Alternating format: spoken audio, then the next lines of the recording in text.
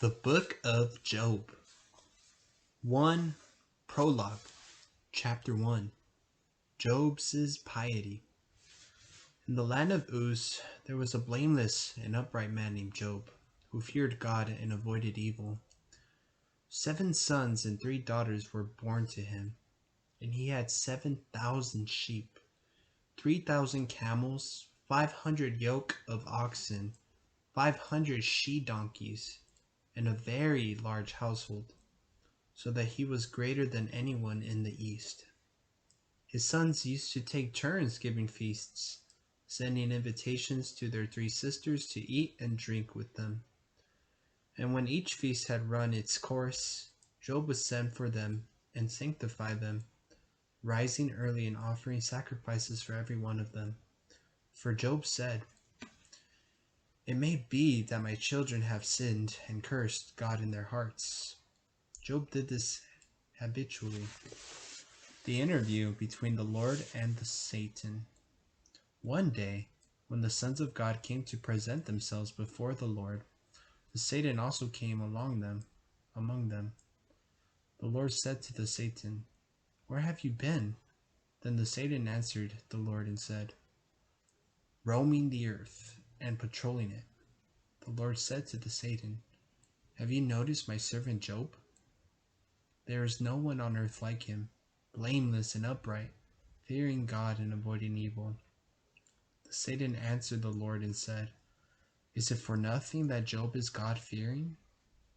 Have you not surrounded him and his family and all that he has with your protection? You have blessed the work of his hands, and his livestock are spread over the land. But now put forth your hand and touch all that he has, and surely he will curse you to your face." The Lord said to the Satan, "Very well, all that he has is in your power. Only do not lay a hand on him." So the Satan went forth from the presence of the Lord. The first trial. One day, while his sons and daughters were eating and drinking wine in the house of their eldest brother, a messenger came to Job and said, "The oxen were plowing and the donkeys grazing beside them, and the Sabeans carried them off in the raid. They put the servants to the sword, and I alone have escaped to tell you." He was still speaking when another came and said, "God's fire has fallen from heaven and struck the sheep and the servants and consumed them. I alone have escaped to tell you." He was still speaking when another came and said, "The Chaldeans forced 3 columns, seized the camels, carried them off, and put the servants to the sword. I alone have escaped to tell you." He was still speaking when another came and said, "Your sons and daughters were eating and drinking wine in the house of their eldest brother, and suddenly a great wind came from across the desert and smashed the 4 corners of the house. It fell upon the young people, and they are dead. I alone have escaped to tell you." Job's reaction. Then Job arose and tore his cloak and cut off his hair. He fell to the ground and worshipped. He said, "Naked I came forth from my mother's womb, and naked shall I go back there. The Lord gave, and the Lord has taken away. Blessed be the name of the Lord." In all this Job did not sin, nor did he charge God with wrong. Chapter 2. The second interview.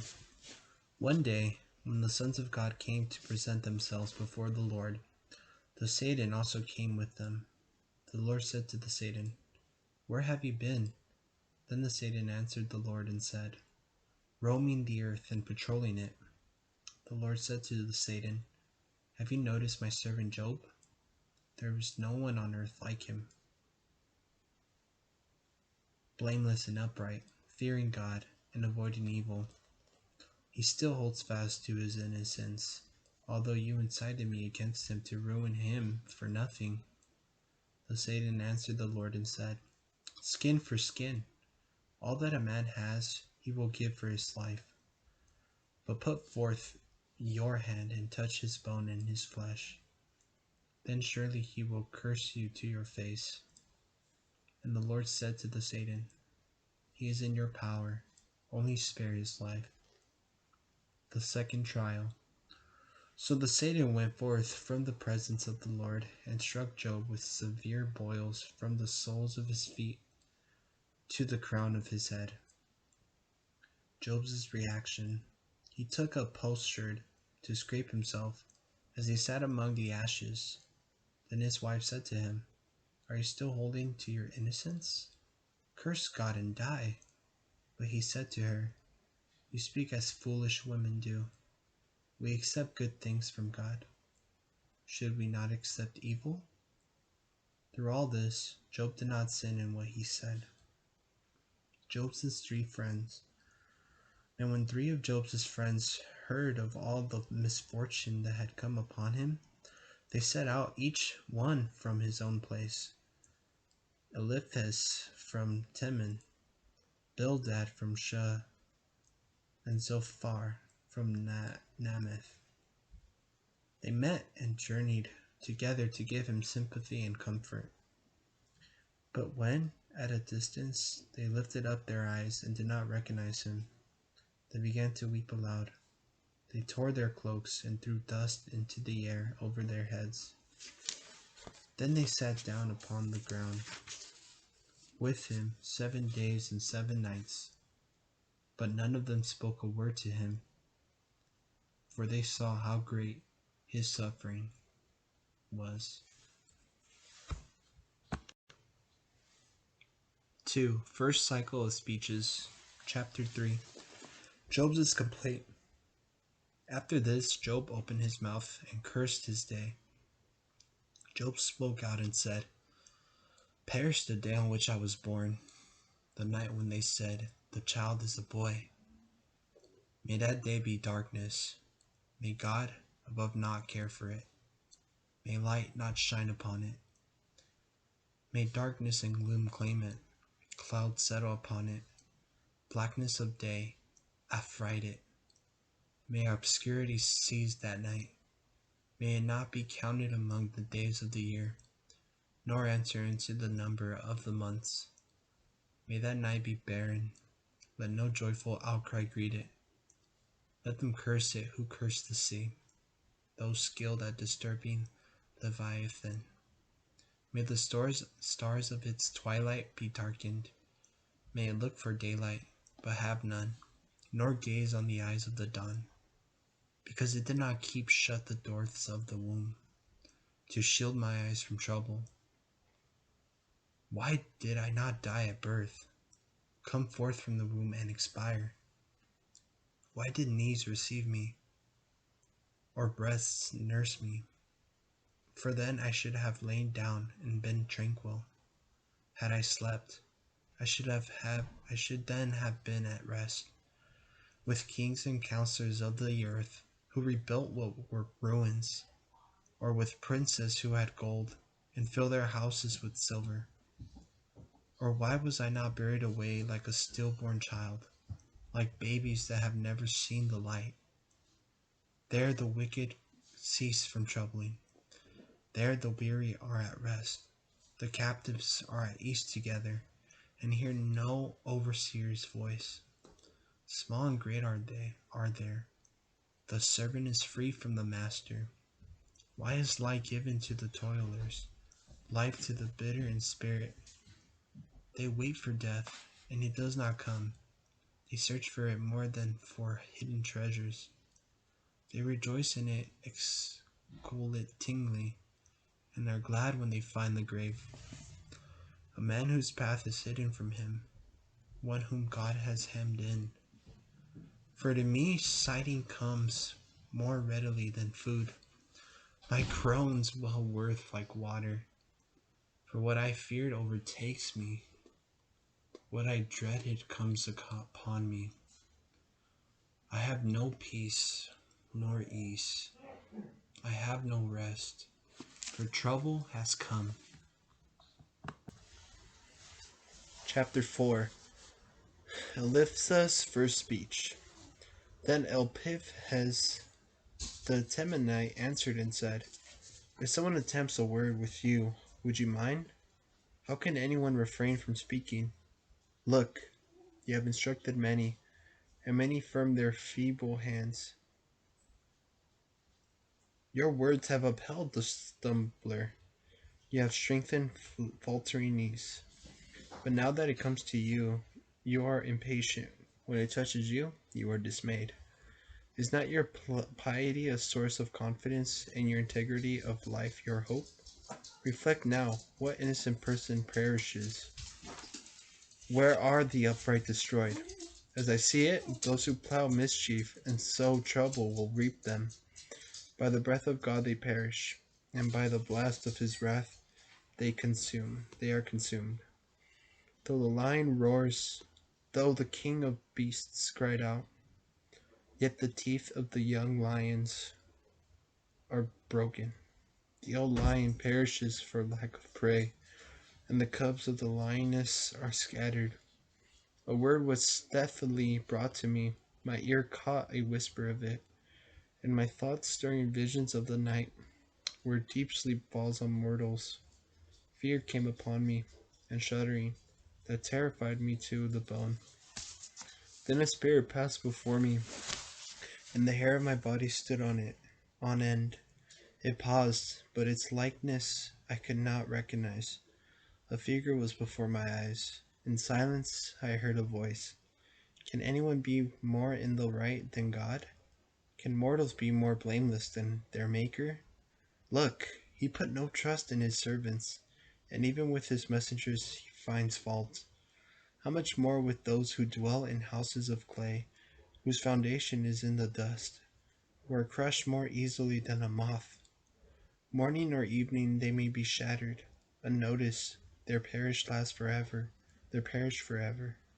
The pegs of their tents are plucked up, they die without knowing wisdom. Chapter 5. Call now, will anyone respond to you? To which of the holy ones will you turn? Surely impatience kills the fool, and indignation slays the simpleton. I have seen a fool spreading his roots, but I cursed his household suddenly. May his children be far from safety. May they be crushed at the gate without a rescuer. What they have reaped may be hungry eat up. May the hungry eat up, or God take away by blight, or the thirsty swallow their substance. For not from dust does mischief come, nor from the soil does trouble sprout. Human beings begin mischief as sparks fly upward. In your place, I would appeal to God, and to God I would state my plea. He does things great and unsearchable, things marvelous and innumerable. He gives rain upon the earth, and sends water upon the fields. He sets up the lowly on high, and those who mourn are raised to safety. He frustrates the plans of the cunning, so that their hands achieve no success. He catches the wise in their own ruses, and the designs of the crafty are routed. They meet with darkness in the daytime. At noonday they grope as though it were night. But he saves the poor from the sword of their mouth, from the hand of the mighty. Thus the needy have hope, and iniquity closes its mouth. Happy the one whom God reproves. The Almighty's discipline do not reject, for he wounds, but he binds up. He strikes, but his hands give healing. Out of 6 troubles he will deliver you, and at the 7th no evil shall touch you. In famine he will deliver you from death, and in war from the power of the sword. From the scourge of the tongue you shall be hidden, and you shall not fear approaching ruin. At ruin and want you shall laugh. The beasts of the earth do not fear. With the stones of the field shall your covenant be, and the wild beasts shall be at peace with you. And you shall know that your tent is secure. Taking stock of your household, you shall miss nothing. You shall know that your descendants are many, and your offspring like the grass of the earth. You shall approach the grave in full vigor, as a shock of grain comes in at its season. See, this we have searched out. So it is. This we have heard, and you should know. Chapter 6. Job's first reply. Then Job answered and said, Ah, could my anguish but be measured, and my calamity laid with it in the scales, they would now outweigh the sands of the sea. Because of this, I speak without restraint. For the arrows of the Almighty are in me, and my spirit drinks in their poison. The terrors of God are arrayed against me. Does the wild donkey bray when it has grass? Does the ox low over its fodder? Can anything insipid be eaten without salt? Is there flavor in the white of an egg? I refuse to touch them. They are like loathsome food to me. Oh, that I might have my request on, and that God would grant what I long for. Even that God would decide to crush me, that he would put forth his hand and cut me off.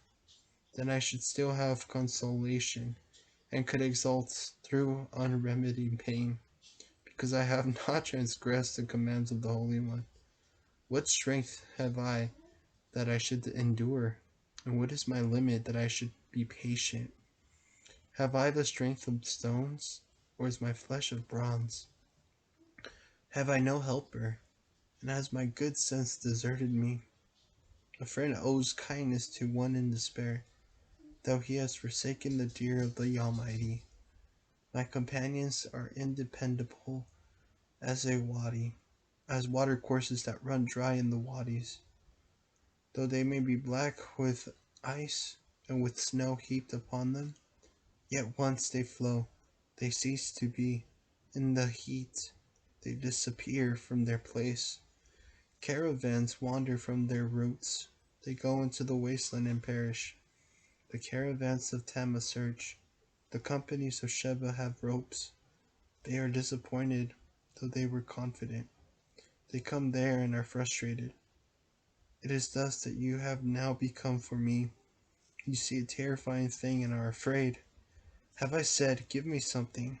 Make a bribe on my behalf from your possessions? Or, deliver me from the hands of the enemy. Redeem me from oppressors. Teach me, and I will be silent.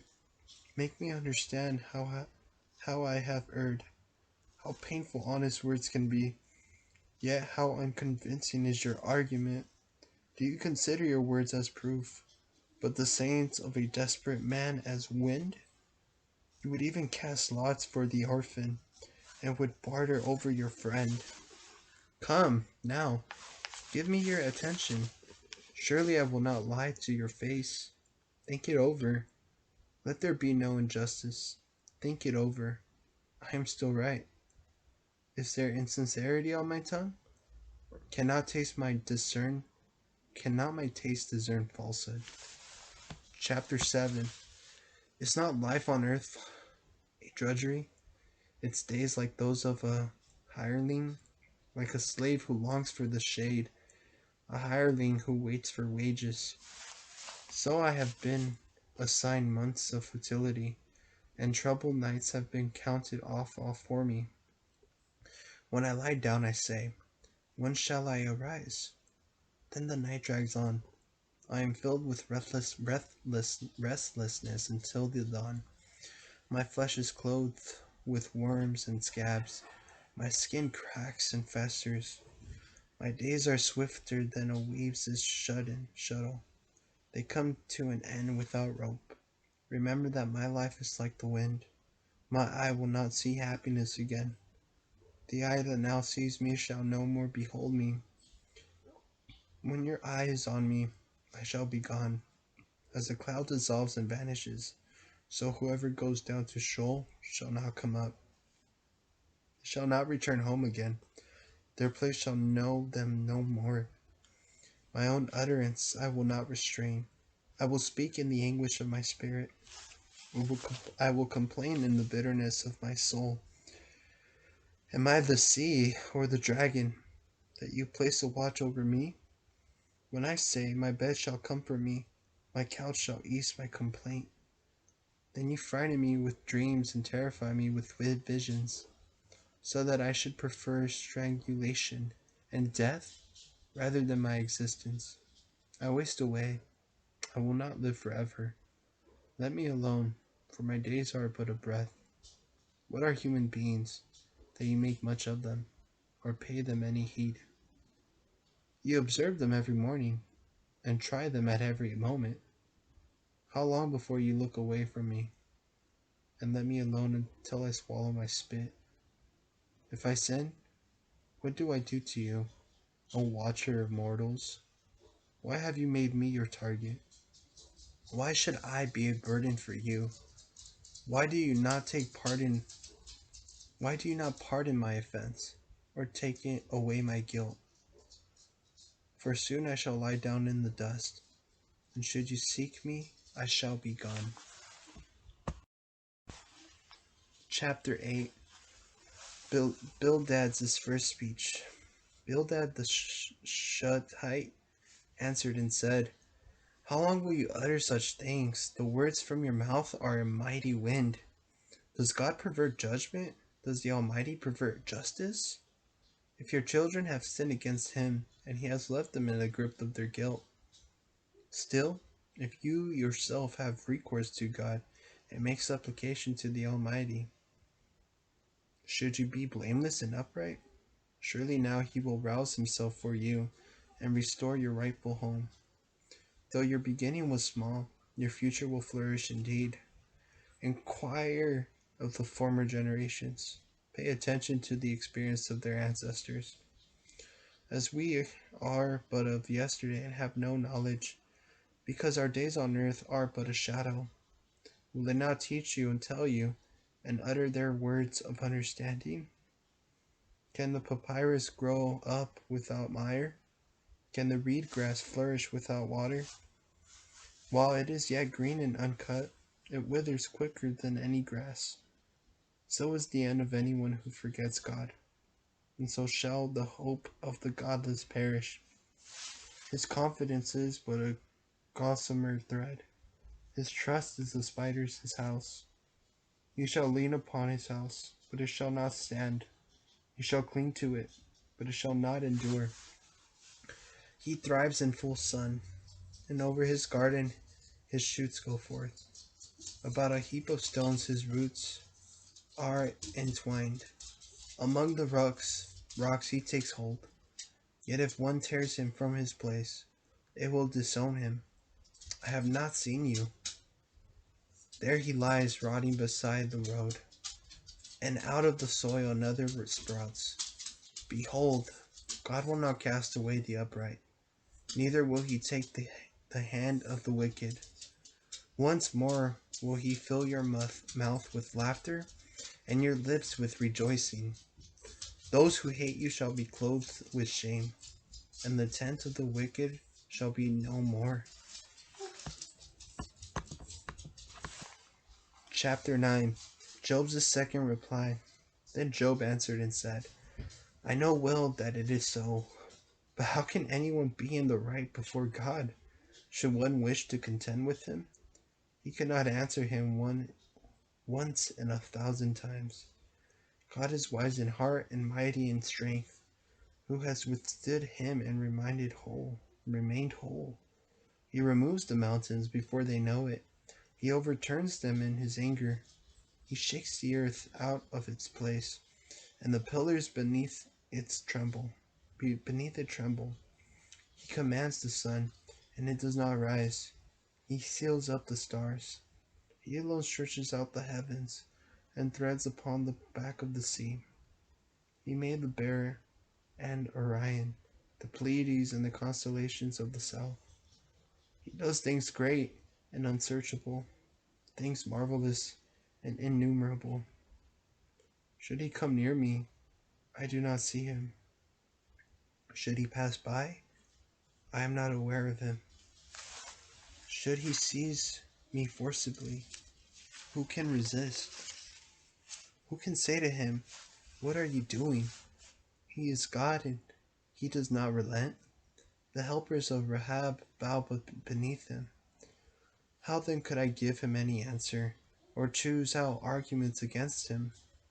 Even though I were right, I could not answer, but should rather beg for what was due me. If I appealed to him and he answered me, I could not believe that he would listen to me.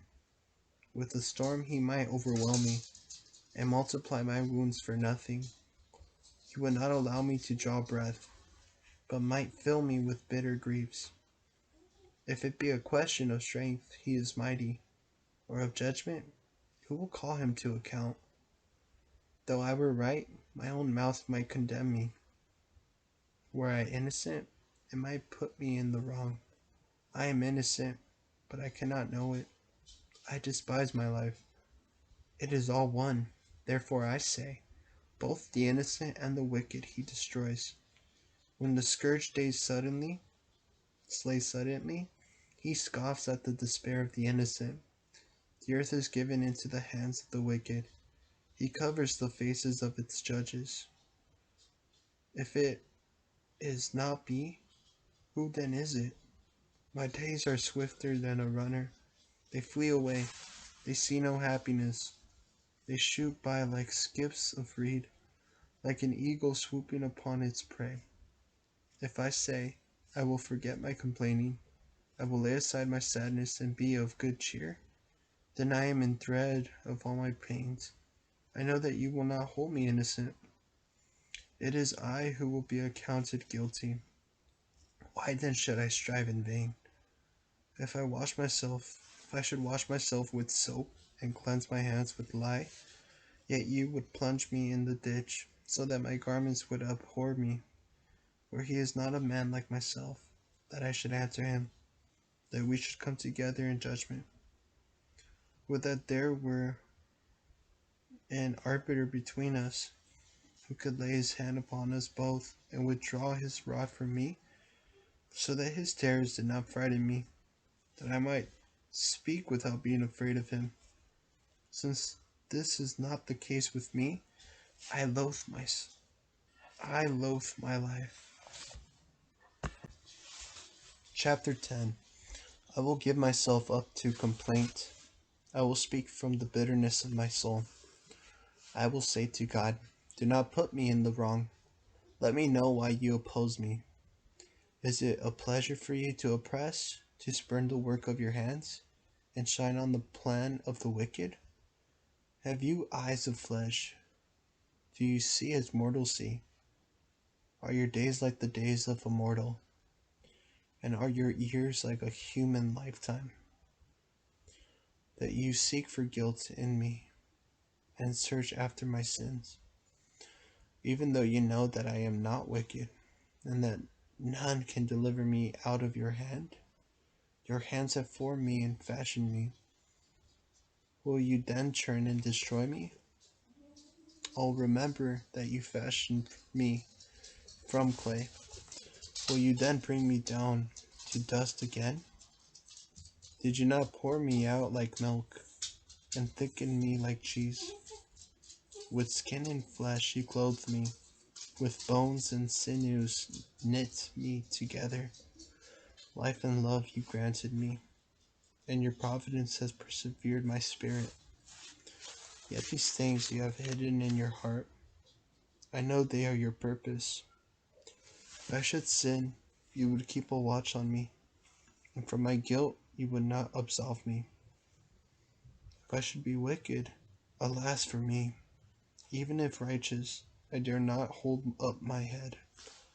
Sated with shame, drenched in affliction, should it lift up, you hunt me like a lion. Repeatedly you show your wondrous power against me. You renew your attack upon me, and multiply your harassment of me. In waves your troops come against me. Why then did you bring me forth from the womb? I shouldn't have died, and no eye have seen me. I should be as though I had never lived. I should have been taken from the womb to the grave. Are not my days few? Stop! Let me alone, that I may recover a little, before I go whence I shall not return, to the land of darkness and of gloom. The dark, disordered land where darkness is the only light. Chapter 11. Zophar's first speech. And Zophar the Naamathite answered and said, should not many words be answered, or must a garrulous man necessarily be right? Should your babblings keep others silent, and shall you deride, and no one give rebuke? Shall you say, my teaching is pure, and I am clean in your sight? But oh, that God would speak and open his lips against you, and tell you the secrets of wisdom, for good sense has two sides. So you might learn that God overlooks some of your sinfulness. Can you find out the depths of God, or find out the perfection of the Almighty? It is higher than the heavens. What can you do? It is deeper than Sheol. What can you know? It is longer than the earth in measure, and broader than the sea. If he should seize and imprison or call to judgment, who then could turn him back? For he knows the worthless, it seems iniquity. Will, will he then ignore it? An empty head will gain understanding when a colt of a wild jackass is born human. If you set your heart aright and stretch out your hands toward him, if iniquity is in your hand, remove it, and do not let injustice dwell in your tent. Surely then you may lift up your face in innocence. You may stand firm and unafraid. For then you shall forget your misery. Like water that has ebbed away, you shall regard it. Then your life shall be brighter than the noonday. Its gloom shall become like the morning. And you shall be secure, because there is hope. And you shall look round you and lie down in safety. You shall lie down, and no one will disturb you. Many shall entreat your favor, but the wicked, looking on, shall be consumed with envy. Escape shall be cut off from them, their only hope, their last breath. Chapter 12. Job's third reply. Then Job answered and said, no doubt you are the people with whom wisdom shall die, but I have intelligence as well as you. I do not fall short of you, for who does not know such things as these? I have become the sport of my neighbors, the one whom God answers, whom when he calls upon him. The just, the perfect man, is a laughing stock. The undisturbed esteem my downfall a disgrace, such as awaits unsteady feet. Yet the tents of robbers are prosperous, and those who provoke God are secure, whom God has in his power. But now ask the beasts to teach you, the birds of the air to tell you, or speak to the earth to instruct you, and the fish of the sea to inform you. Which of all these does not know that the hand of God has done this?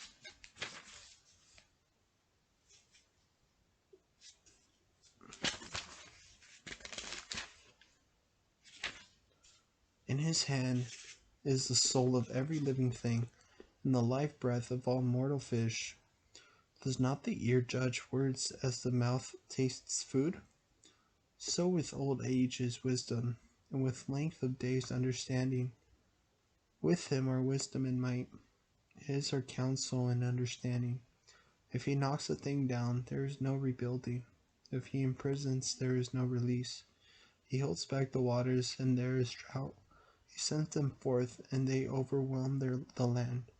With him are strength and prudence. The misled and the misleaders are his.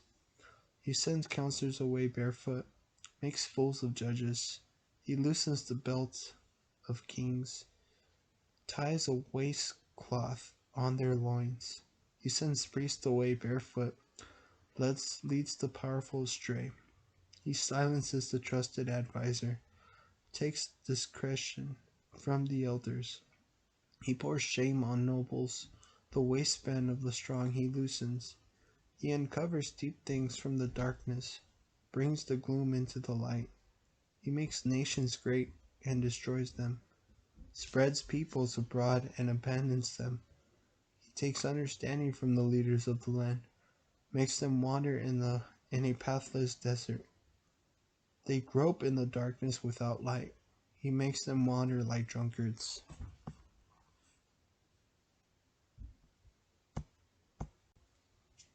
Chapter 13.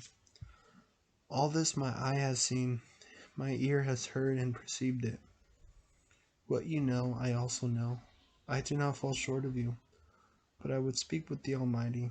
I want to argue with God, but you gloss over falsehoods. You are worthless physicians, every one of you. Oh, that you would be altogether silent, that for you would be wisdom. Hear now my argument, and listen to the accusations from my lips. Is it for God that you speak falsehood? Is it for him that you utter deceit? Is it for him that you show partiality? Do you make accusations on behalf of God? Will it be well when he shall search you out? Can you deceive him as you do a mere human being? He will openly rebuke you, if in secret you show partiality. Surely his majesty will frighten you, and dread of him fall upon you. Your reminders are ashy maxims, your fabrications mounds of clay. Be silent, let me alone, that I may speak, no matter what happens to me. I will carry my flesh between my teeth, and take my life in my hand. Slay me slay me though he might. I will wait for him. I will defend my conduct before him. This shall be my salvation. No impious man can come into his presence. Pay close attention to my speech. Give my statement a hearing. Behold, I have prepared my case. I know that I am in the right. If anyone can make a case against me, then I shall be silent and expire. 2 things only do not use against me. Then from your presence I need not hide. Withdraw your hand far from me. Do not let the terror of you frighten me. Then call me, and I will respond. Or let me speak first, and answer me. What are my faults and my sins? My misdeed, my sin make known to me. Why do you hide your face, and consider me your enemy? Will you harass a wind-driven leaf, or pursue a withered straw? For you draw up bitter indictments against me, and punish in me the faults of my youth. You put my feet in the stocks. You watch all my paths, and trace out all my footsteps. Though I wear out like a leather bottle, like a garment the moth has consumed.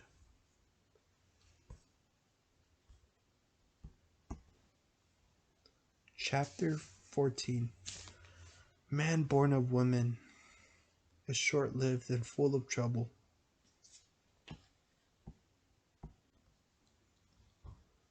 Like a flower that springs up and fades, swift as a shadow that does not abide. Upon such a one will you set your eyes, bringing me into judgment before you? Can anyone make the unclean clean? No one can. Since his days are determined, you know the number of his months. You have fixed the limit which he cannot pass. Look away from him and let him be, while, like a hireling, he completes his day. For a tree there is hope. If it is cut down, it will sprout again. Its tender shoots will not cease.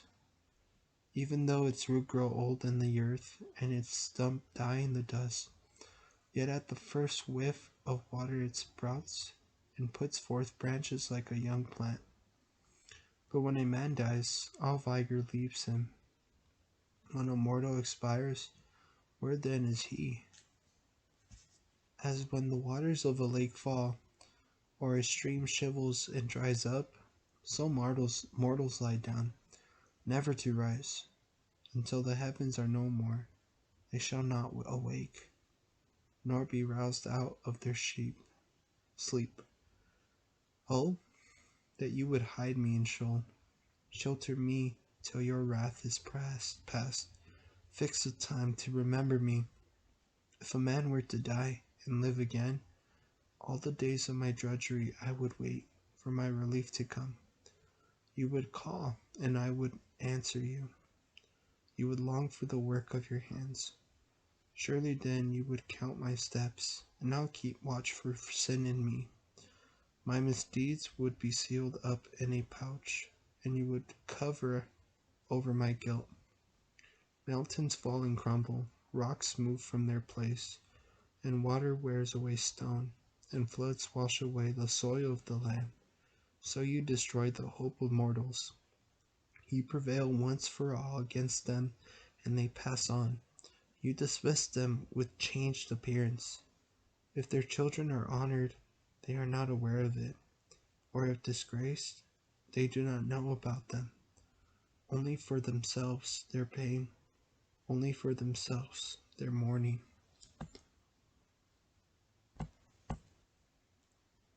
3. Second Cycle of Speeches, Chapter 15.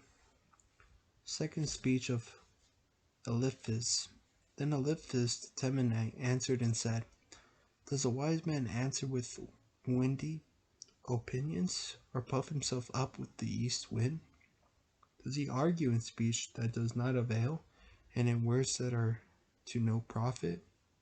You in fact do away with piety.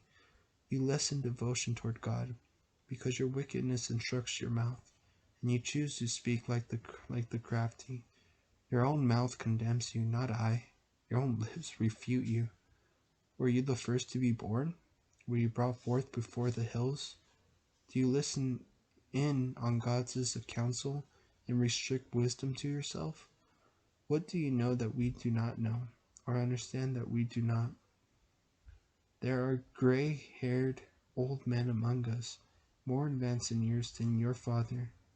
Are the consolations of God not enough for you, and speech that deals gently with you? Why does your heart carry you away, and why do your eyes flash, so that you turn your anger against God, and let such words escape your mouth? How could any mortal be blameless, anyone born of woman be righteous? If in his holy ones God places no confidence, and if the heavens are not without blame in his sight, how much less so is the abominable and corrupt, people who drink in iniquity like water. I will show you if you listen to me. What I have seen I will tell, what the wise relate, and have not contradicted since the days of their ancestors, to whom alone the land was given, when no foreigner moved among them. The wicked is in torment all his days, and limited years are in store for the ruthless. The sound of terrors is in his ears. When all is prosperous, a spoiler comes upon him. He despairs of escaping the darkness, and looks ever for the sword. A wanderer, food for vultures. He knows destruction is imminent. A day of darkness fills him with dread. Distress and anguish overpower him, like a king expecting an attack, because he has stretched out his hand against God, and arrogantly challenged the Almighty, rushing defiantly against him with the stout bosses of his shields. Although he has covered his face with his crassness, padded his loins with blubber, he shall dwell in ruined cities, in houses that are deserted, crumbling into rubble. He shall not be rich, his possessions shall not endure, his property shall not spread over the land. A flame shall sear his early growth, and with the wind his blossoms shall disappear. Let him not trust in his height, misled, even though his height be like the palm tree. He shall wither before his time, his branches no longer green. He shall be like a vine that sheds its grapes unripened, like an olive tree casting off its blossom. For the bread of the impious shall be sterile, and fire shall consume the tents of extortioners. They conceive malice, bring forth deceit, give birth to fraud. Chapter 16. Job's fourth reply. Then Job answered and said, I have heard this sort of thing many times. Troublesome comforters, all of you. Is there no end to windy words? What sickness make you rattle on? I also could talk as you do. Were you in my place, I could disclaim over you, or wag my head at you. I could strengthen you with talk, with mere chatter give relief. If I speak, my pain is not relieved. If I stop speaking, nothing changes. But now he has exhausted me. You have stunned all my companions. You have shriveled me up. It is a witness. My godness rises up to testify against me. His wrath tears and assails me. He gnashes his teeth against me. My enemy looks daggers at me. They gape at me with their mouths. They strike me on the cheek with insults. They are all enlisted against me. God has given me over to the impious. Into the hands of the wicked he has cast me. I was in peace, and he dislodged me. Seized me by the neck, dashed me to pieces. He has set me up for a target. His arrows strike me from all directions. He pierces my sides without mercy, pours out my gall upon the ground. He pierces me, thrust upon thrust, rushes at me like a warrior. I have sewn sackcloth on my skin, laid my horn low in the dust. My face is inflamed with weeping, darkness covers my eyes. Although my hands are free from violence and my prayers sincere. O earth, do not cover my blood, nor let my outcry come to rest. Even now my witness is in heaven, my advocate is on high. My friends, it is who wrong me. Before God my eyes shed tears, that justice may be done for a mortal with God, as for a man with his neighbor. For my years are numbered, and I go the road of no return. Chapter 17. My spirit is broken, my days finished, my burial at hand. Surely mockers surround me at the provocation. My eyes grow dim. Put up a pledge for me with you. Who is there to give surety for me? You darken their minds by to knowledge, therefore you will not exalt them. For a share of property he informs on friends, while the eyes of his children grow dim. I am made a byword of the people. I am one at whom people spit. My eyes are blind with anguish, and my whole frame is like a shadow. The upright are astonished at this. The innocent arouse against the wicked. The righteous holds to his way. The one with clean hands increases in strength. But turn now and come on again. I do not find a wise man among you. My days pass by. My plans are at an end. The yearning of my heart. They would change the night into day. Where there is darkness, they talk of approaching light. If my only hope is dwelling in Sheol and spreading up my couch in darkness, if I am to say to the pit, you are my father, and to the worm, my mother, my sister, where then is my hope? My happiness, who can see it? Will they descend with me into Sheol? Shall we go down together into the dust? Chapter 18. Bildad's second speech. Then Bildad the Shuhite answered and said, When will you go? When will you put an end to words? Reflect, and then we could have decision. Why are we accounted like beasts, equal to them in your sight? You who tear yourself in your anger, shall the earth be neglected on your account, or the rock be moved out of its place? Truly, the light of the wicked is extinguished. The flame of his fire casts no light. In his tent light is darkness. The lamp above him goes out. His vigorous steps are hemmed in. His own counsel casts him down. A net catches him by the feet. He wanders into a pitfall. A trap seizes him by the heel. A snare lays hold of him. A noose is hidden for him on the ground, a netting for him on the path. On every side terrors frighten him. They harry him at each step. His strength is famished. Disaster is ready at his side. His skin is eaten to the limbs. The firstborn of death eats his limbs.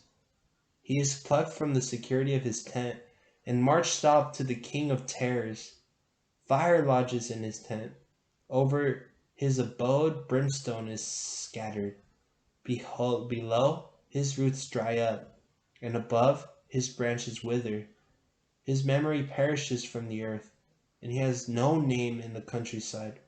He is driven from light into darkness, and banished from the world. He has neither offshoot nor offspring among his people, no survivor where once he dwelt. Those who come after shall be appalled at his fate. Those who went before are seized with horror. So it is then with the dwelling of the impious. Such is the place of the one who does not know God. Chapter 19. Job's fifth reply. Then Job answered and said, How long will you afflict my spirit, grind me down with words?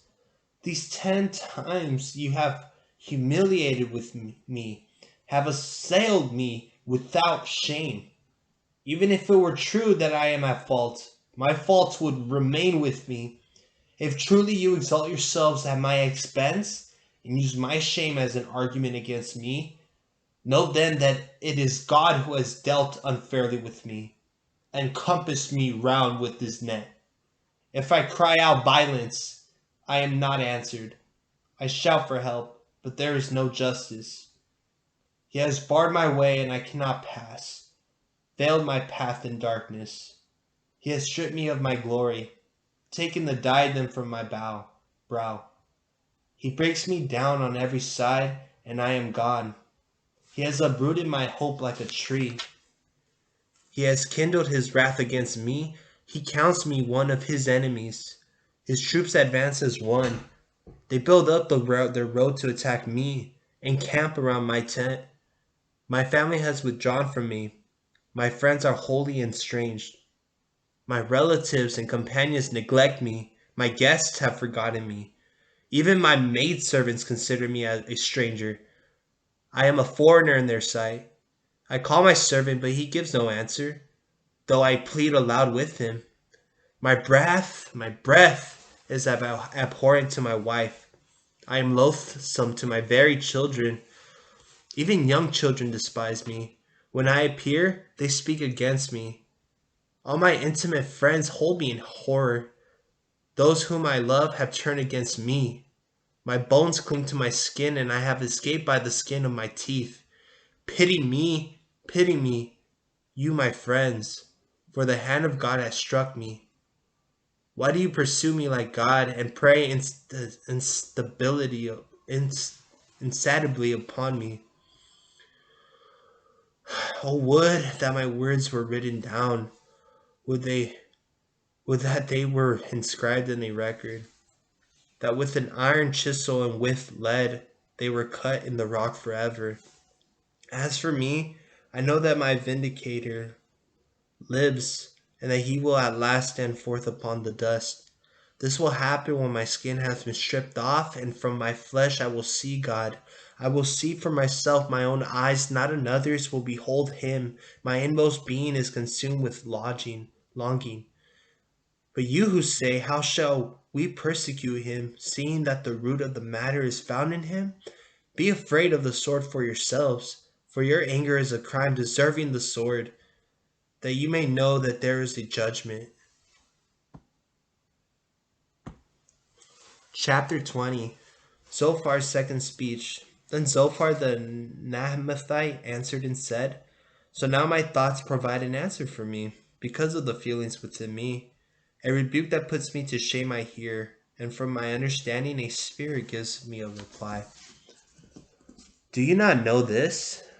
From of old, since human beings were placed upon the earth, the triumph of the wicked is short, and the joy of the impious but for a moment.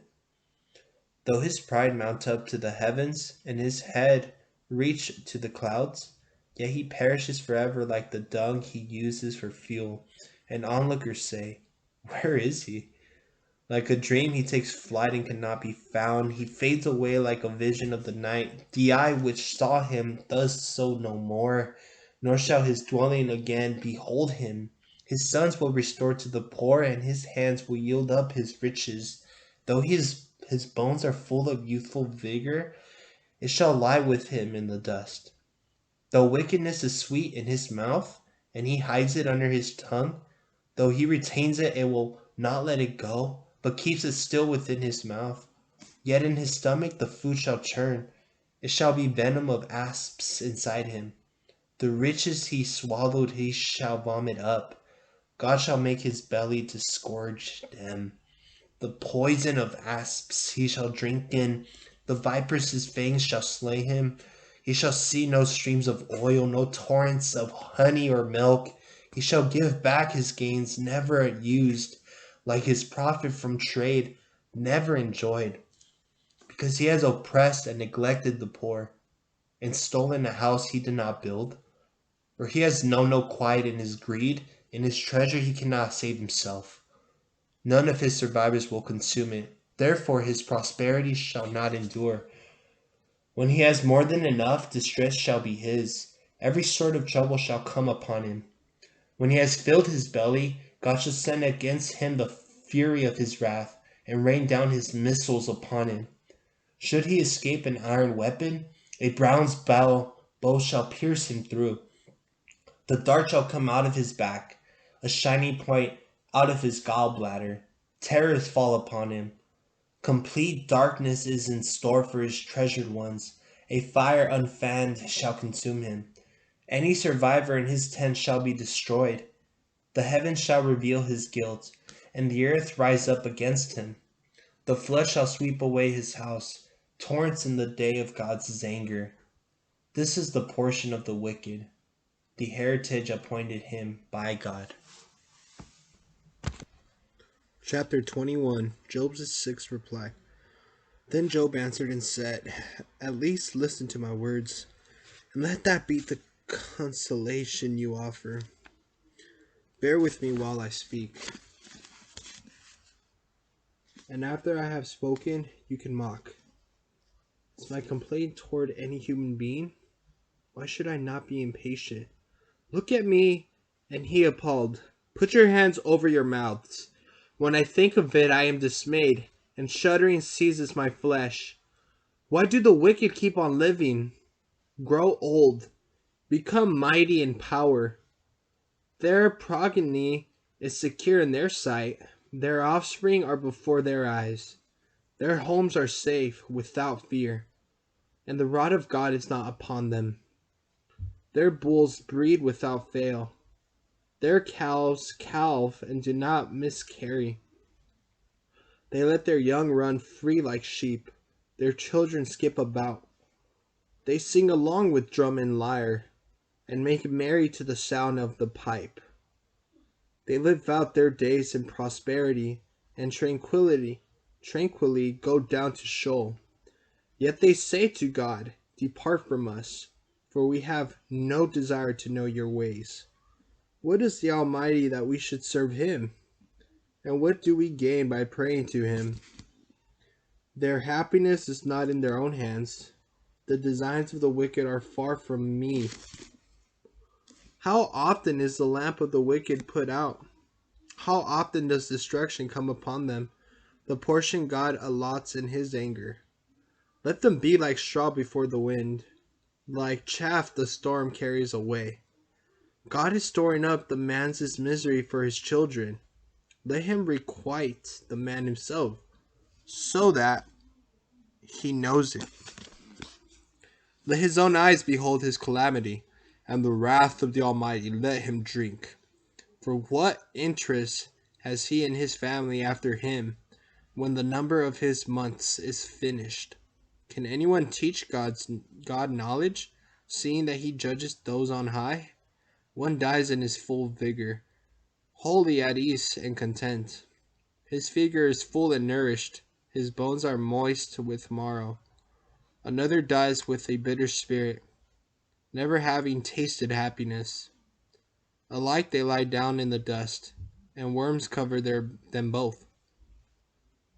See, I know your thoughts, and the arguments you plot against me. For you say, where is the house of the great, and where the dwelling place of the wicked?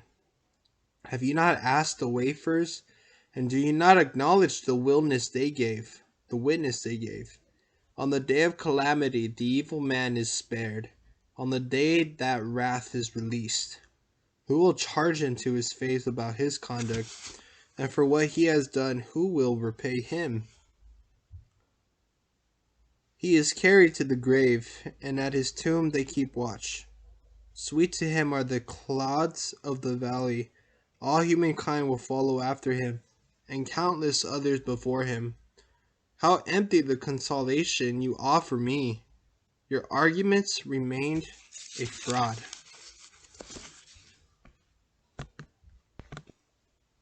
4. Third cycle of speeches.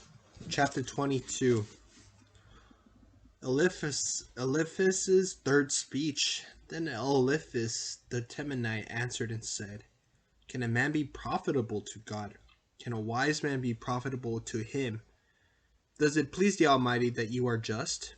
Does he gain if your ways are perfect? Is it because of your piety that he reproves you, that he enters into judgment with you?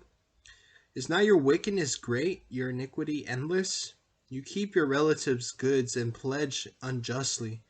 Leave them stripped naked of their clothing. To the thirsty you give no water to drink, and from the hungry you withhold bread. As if the land belonged to the powerful, and only the privileged could dwell in it. You sent widows away empty-handed, and the resources of orphans are destroyed. Therefore snares are round about you. Sudden terror makes you panic, or darkness you cannot see. A deluge of waters covers you. Does not God in the heights of the heavens behold the top of the stars, high though they are? Yet you say, what does God know? Can he judge through the thick darkness? Clouds hide him so that he cannot see, as he walks around the circuit of the heavens. Do you indeed keep to the ancient way, trodden by the worthless? They were snatched before their time, their foundations a river swept away. They said to God, let us alone, and what can the Almighty do to us? Yet he had filled their houses with good things. The designs of the wicked are far from me. The just look on and are glad, and the innocent deride them. Truly our enemies are destroyed, and what was left of them fire has consumed. Settle with him and have peace. That way good shall come to you. Receive instruction from his mouth, and place his words in your heart. If you return to the Almighty, you will be restored. If you put iniquity far from your tent, and treat raw gold as dust, the fire gold of Ophir as pebbles in the wadi, then the Almighty himself shall be your gold, and your sparkling silver. For then you shall delight in the Almighty. You shall lift up your face towards God. Entreat him, and he will hear you. And your vows you shall fulfill.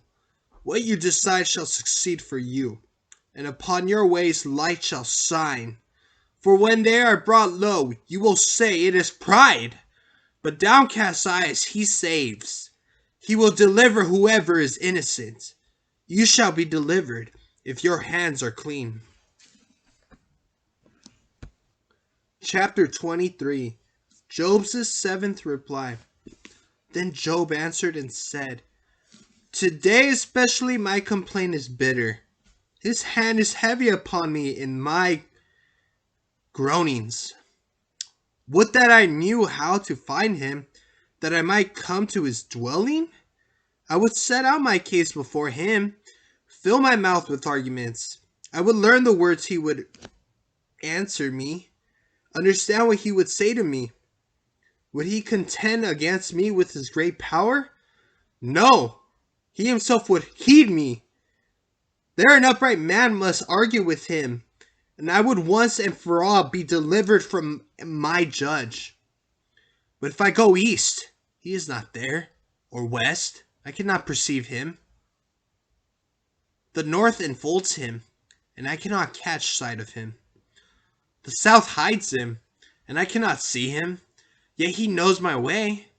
If he tested me, I should come forth like gold. My foot has always walked in his steps. I have kept his way and not turned aside.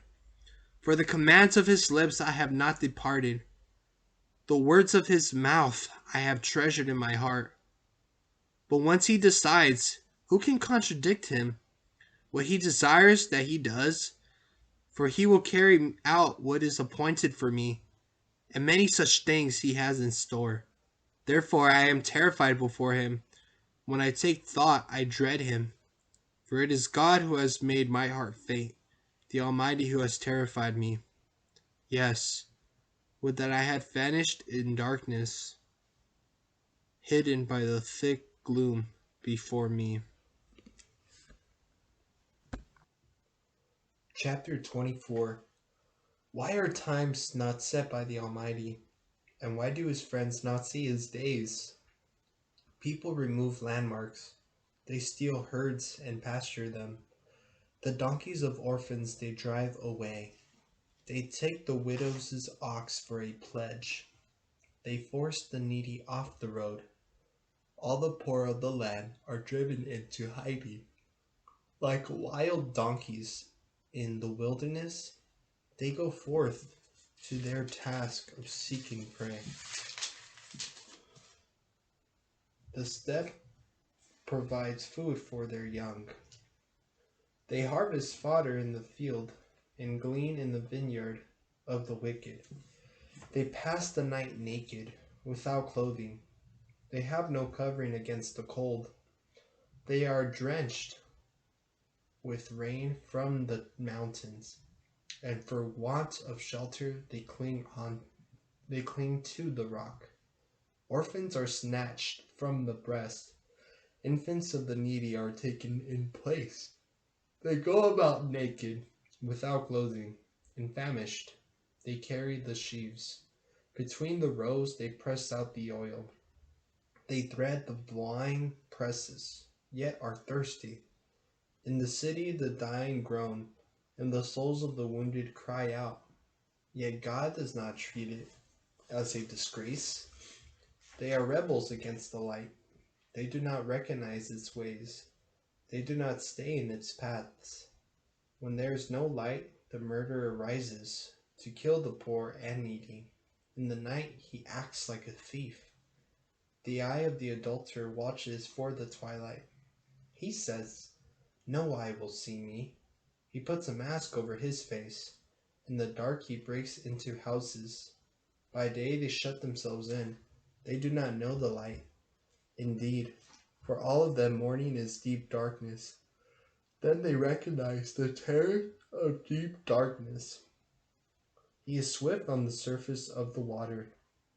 Their portion in the land is accursed. They do not turn aside by way of the vineyards.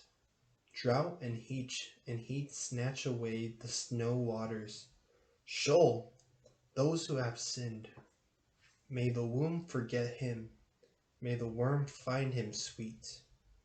May he no longer be remembered. And may wickedness be broken like a tree. May his companion be barren, unable to give birth. May his widow not prosper. He sustains the mighty by his strength, to him who rises without assurance of his life. He gives safety and support, and his eyes are on their ways. They are exalted for a while, and then are no more. Laid low, like everyone else they are gathered up, like ears of grain they shrivel. If this be not so, who can make me a liar and reduce my words to nothing? Chapter 25. Bildad's third speech. Then Bildad the Shuhite answered and said, Dominion and dread are his, who brings about harmony in his heavens. Is there any numbering of his troops? Yet on which of them does his light not rise? How can anyone be in the right against God? Or how can any born of woman be innocent? Even the moon is not bright, and the stars are not clean in his eyes. How much less a human being, who is but a worm, a mortal, who is only a maggot. Chapter 26. Job's reply. Then Job answered and said, What help you give to the powerless, what strength to the feeble arm. How you give counsel to one without wisdom. How profuse is the advice you offer. With whose help have you uttered those words? Whose breath comes forth from you? The shades beneath rife in terror, the waters and their inhabitants. Naked before him is Sheol, and abandon has no covering. He stretches out Zaphon over the void, and suspends the earth over nothing at all. He binds up the waters in his clouds, yet the cloud is not split by their weight. He holds back the appearance of the full moon by spreading his clouds before it. He has marked out a circle on the surface of the deep, as the boundary of light and darkness. The pillars of the heavens tremble and are stunned at his thunderous rebuke. By his power he stilled sea. By his skill he crushed Rahab. By his wind the heavens were made clear. His hand pierced the fleeing serpent. Lo, these are but the outlines of his ways, and what a whisper of a word we hear of him. Who can comprehend the thunder of his power? Chapter 27. Job's reply.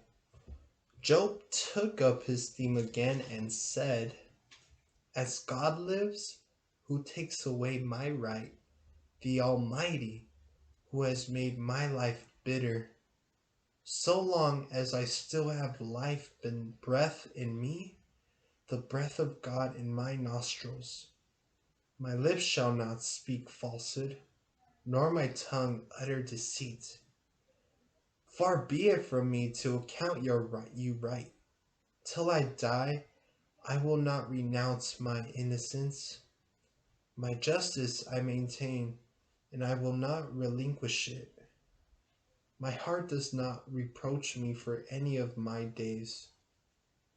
Let my enemy be as the wicked, and my adversary as the unjust.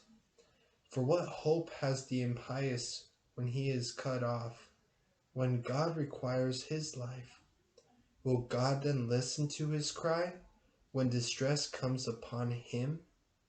If he delights in the Almighty and calls upon God constantly, I will teach you what is in God's hand, and the way of the Almighty I will not conceal. Look, you yourselves have all seen it. Why do you spend yourselves in empty words? This is the portion of the wicked with God, the heritage oppressors receive from the Almighty. Though his children be many, the sword awaits them. His descendants shall want for bread. His survivors shall be buried in death. Their widows shall not weep. Though he heap up silver like dust, and stone away mounds of clothing, what he has stored the righteous shall wear, and the innocent shall divide the silver. He builds his house as of cobwebs, or like a booth put up by a watchman. He lies down a rich man one last time. He opens his eyes. Nothing is there. Terrors flood over him like water. At night, the tempest carries him off. The east wind seizes him, and he is gone.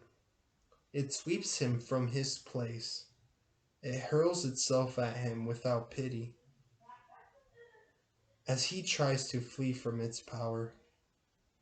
It claps its hands at him and whistles at him from its place.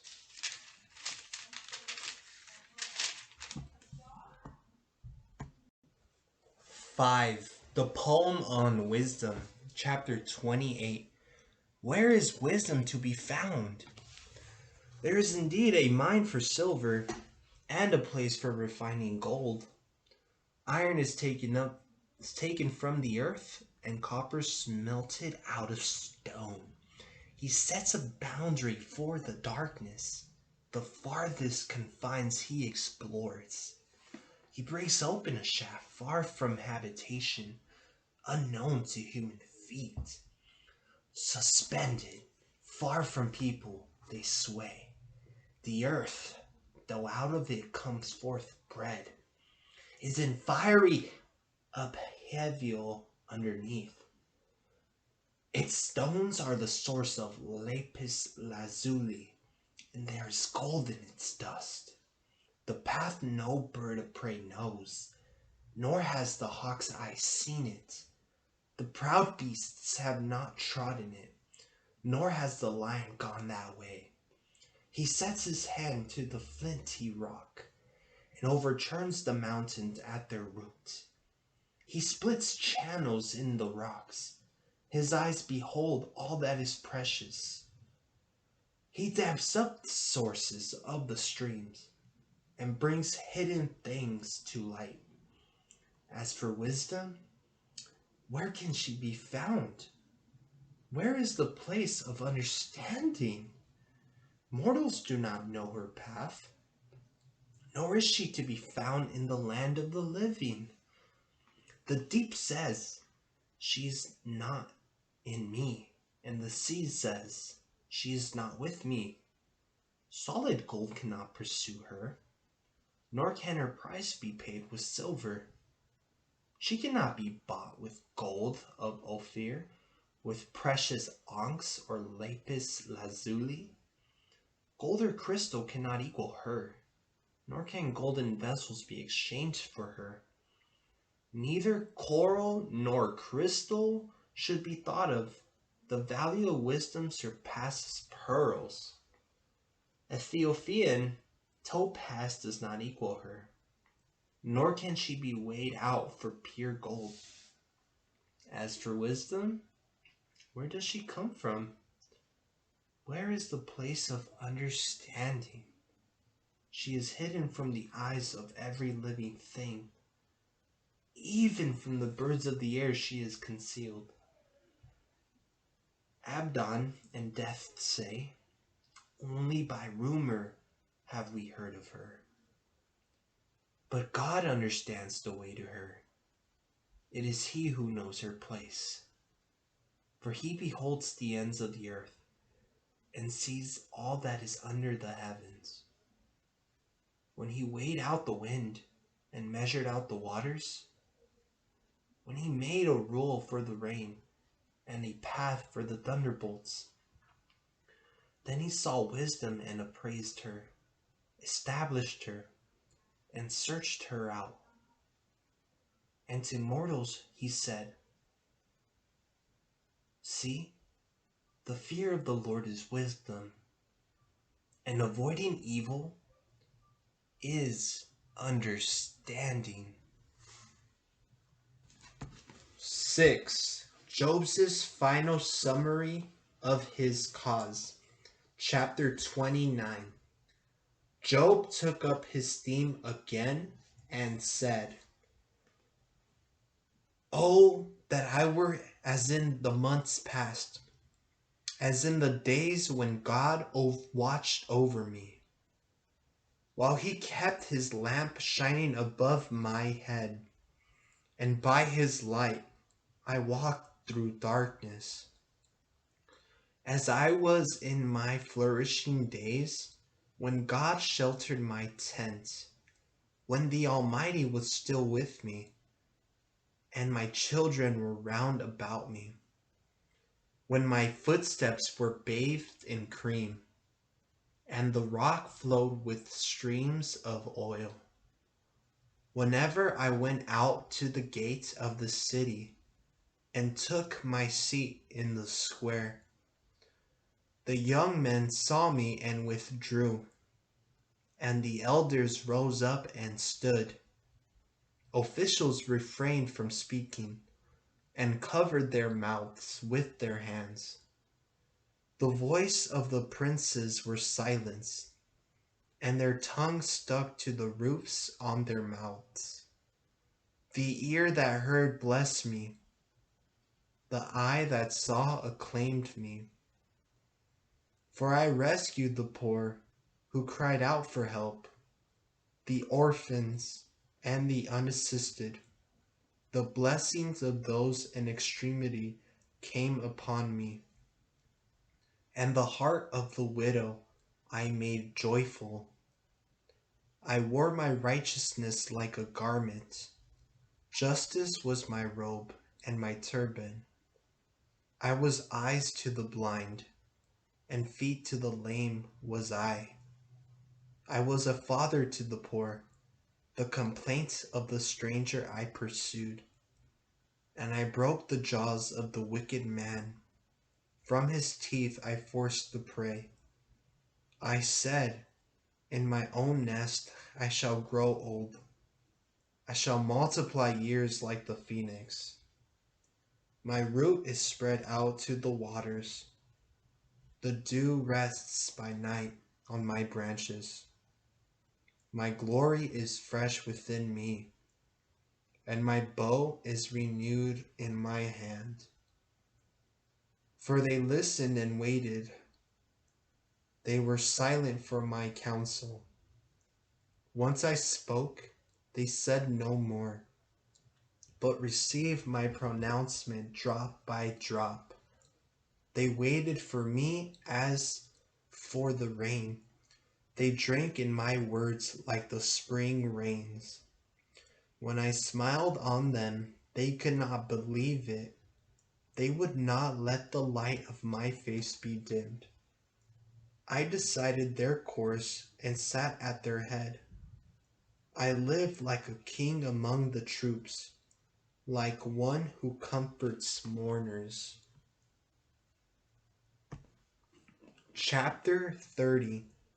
But now they hold me in derision, who are younger than I, whose fathers I should have disdained to rank with the dogs of my flock. Such strength as they had meant nothing to me. Their vigor had perished. In want and emaciating hunger, they fled to the parched lands, to the desolate wasteland by night. They plucked saltwort and shrubs. The roots of the broom plants were their food. They were banished from the community with an outcry like that against a thief, to dwell on the slopes of the wadis, in caves of sand and stone. Among the bushes they brayed, under the nettles they huddled together. Irresponsible, of no account, they were driven out of the land. Yet now they sing of me in mockery. I have become a byword among them. They abhor me. They stand aloof. They do not hesitate to spit in my face. Because he has loosened my bowstring and afflicted me, they have thrown off restraint in my presence. On my right, the young rabble rise up. They trip my feet. They build their approaches for my ruin. They tear up my path. They promote my ruin. No helper is there against them. As through a wide breach they advance. Amid the uproar they come on in waves. Terrors roll over me. My dignity is driven off like the wind, and my well-being vanishes like a cloud. And now my life ebbs away from me. Days of affliction have taken hold of me. At night he pierces my bones. My sinews have no rest. With great difficulty I change my clothes. The collar of my tunic fits around my waist. He has cast me into the mire. I have become like dust and ashes.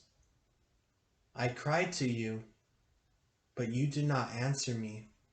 I stand, but you take no notice. You have turned into my tormentor, and with your hand you attack me. You raise me up and drive me before the wind. I am tossed about by the tempest. Indeed, I know that you will return me to death, to the house destined for everyone alive. Yet should not a hand be held out to help a wretched person in distress? Did I not weep for the hardships of others? Was not my soul grieved for the poor? Yet when I looked for good, evil came. When I expected light, darkness came. My inward parts seethe and will not be stilled. Days of affliction have overtaken me. I go about in gloom, without the sun. I rise in the assembly and cry for help. I have become a brother to jackals, a companion to ostriches. My blackened skin falls away from me. My very frame is scorched by the heat. My lyre is tuned to mourning, and my reed pipe to sounds of weeping. Chapter 31. I made a covenant with my eyes, not to gaze upon a virgin. What portion comes from God above? What heritage from the Almighty on high? Is it not calamity for the unrighteous, and woe for evildoers? Does he not see my ways, and number all my steps? If I have walked in falsehood, and my foot has hastened to deceit, let God weigh me in the scales of justice. Thus will he know my innocence. If my steps have turned out of the way, and my heart has followed my eyes, or any stain clings to my hands, then may I sow, but another eat, and may my produce be rooted up. If my heart has been enticed toward a woman, and I have lain in wait at my neighbor's door, then may my wife grind for another, and may others kneel over her. For that would be heinous, a crime to be condemned, a fire that would consume down to abandon, till it uprooted all my crops. Had I refused justice to my manservant or to my maidservant when they had a complaint against me? What then should I do when God rises up? What could I answer when he demands an account?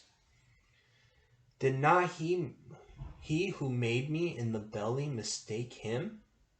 Did not the same one fashion us in the womb? If I have denied anything that the poor desired, or allowed the eyes of the widow to languish, while I ate my portion alone, with no share in it for the fatherless. Though like a father he has reared me from my youth, guiding me even from my mother's womb. If I have seen a wanderer without clothing, or a poor man without covering, whose limbs should have not blessed me, when warmed with the fleece of my sheep. If I have raised my hand against the innocent, because I saw that I had supporters at the gate, then may my arm fall from the shoulder, my forearm be broken at the elbow, for I dread calamity from God, and his majesty will overpower me. Had I put my trust in gold, or called fine gold my security, or had I rejoiced that my wealth was great, or that my hand had acquired abundance, had I looked upon the light as it shone, or the moon in the splendor of its progress, and had my heart been secretly enticed to blow them a kiss with my hand, this too would be a crime for condemnation, for I should have denied God above. Had I rejoiced at the destruction of my enemy, or exulted when evil came upon me, even though I had not allowed my mouth to sin by invoking a curse against his life, had not the men of my tent exclaimed, who has not been filled with his meat? No stranger lodged in the street, for I opened my door to wayfarers. Had I, all too human, hidden my sins and buried my guilt in my bosom, because I feared the great multitude, and the scorn of the clans terrified me, then I should have remained silent and not come out of doors. Oh, that I had one to hear my case. Here is my signature. Let the Almighty answer me. Let my accuser write out his indictment. Surely I should wear it on my shoulder, or put it on me like a diadem. Of all my steps I should give him an account. Like a prince I should present myself before him. If my land has cried out against me, till its furrows wept together. If I have eaten its strength without payment, and grieved the hearts of its tenants, then let the thorns grow instead of wheat, and stink weed instead of barley. The words of Job are ended. 7. Elihu's speeches, chapter 32. Then the three men ceased to answer Job, because in his own eyes he was in the right. But the anger of Elihu, son of Barachel, the Buzite of the clan of Ram, was kindled. He was angry with Job for considering himself rather than God to be in the right. He was angry also with the three friends because they had not found a good answer and had not condemned Job. But since these men were older than he, Elihu bided his time before addressing Job. When, however, Elihu saw that there was no reply in the mouths of the three men, his wrath was inflamed. So Elihu, son of Barachel, the Buzite, answered and said, I am young and you are very old. Therefore I held back and was afraid to declare to you my knowledge. I thought days should speak, and many years teach wisdom.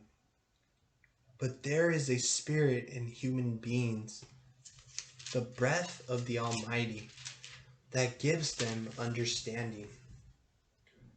It is not those of many days who are wise, nor the aged who understand the right. Therefore I say, listen to me. I also will declare my knowledge. Behold, I have waited for your words, have given ear to your arguments, as you searched out what to say. Yes, I followed you attentively, and look, none of you has convicted Job. Not one could refute his statements. So do not say, we have met wisdom. God can vanquish him, but no mortal. For had he addressed his words to me, I would not then have answered him with your words. They are dismayed.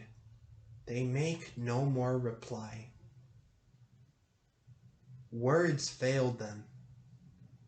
Must I wait?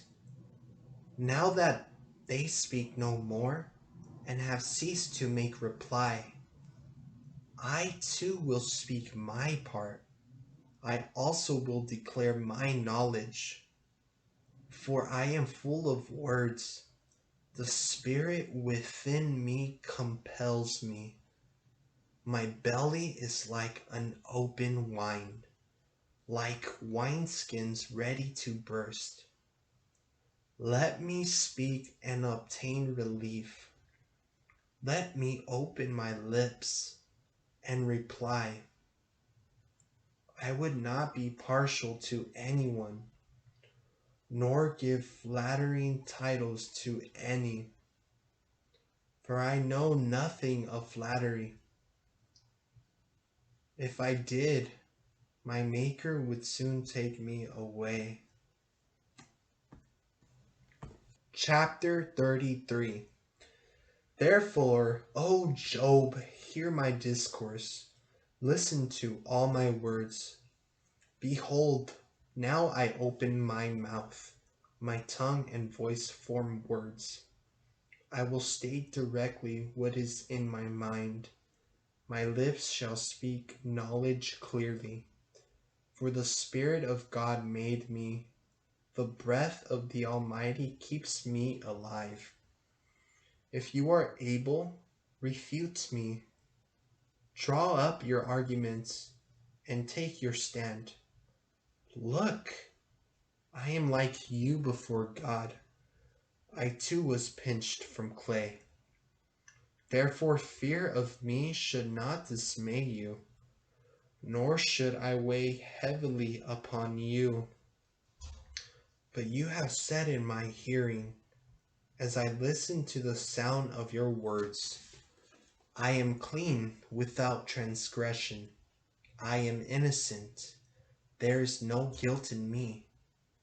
Yet he invents pretexts against me and counts me as an enemy. He puts my feet in the stocks, watches all my paths. In this you are not just. Let me tell you, for God is greater than mortals. Why then do you make complaint against him, that he gives no reply to their words? For God does speak once, even twice, though you do not see it.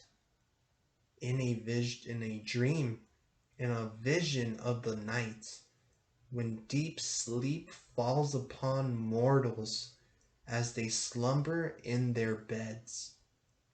It is then he opens their ears, and with a warning, terrifies them by turning mortals from acting and keeping pride away from a man. He holds his soul from the pit, his life from passing to the grave. Or he is chastened on a bed of pain, suffering continually in his bones, so that To his appetite, food is repulsive. His throat rejects the choicest nourishment. His flesh is wasted. It cannot be seen. Bones, once visible, appear. His soul draws near to the pit, his life to the place of the dead. If then there be a divine messenger, a mediator, one out of 1,000, to show him what is right, he will take pity on him and say, deliver him from going down to the pit. I have found him a ransom.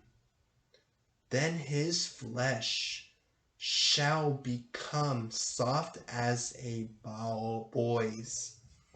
He shall be again as in the days of his youth.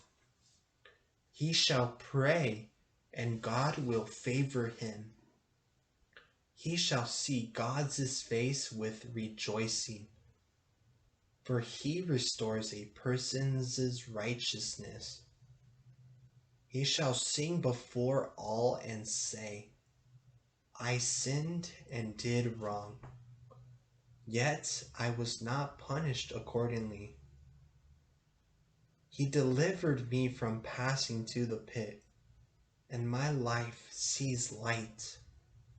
See, all these things God does, 2, even 3 times for a man, bringing back his soul from the pit to the light, in the light of the living.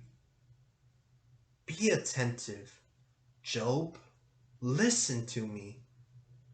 Be silent, and I will speak.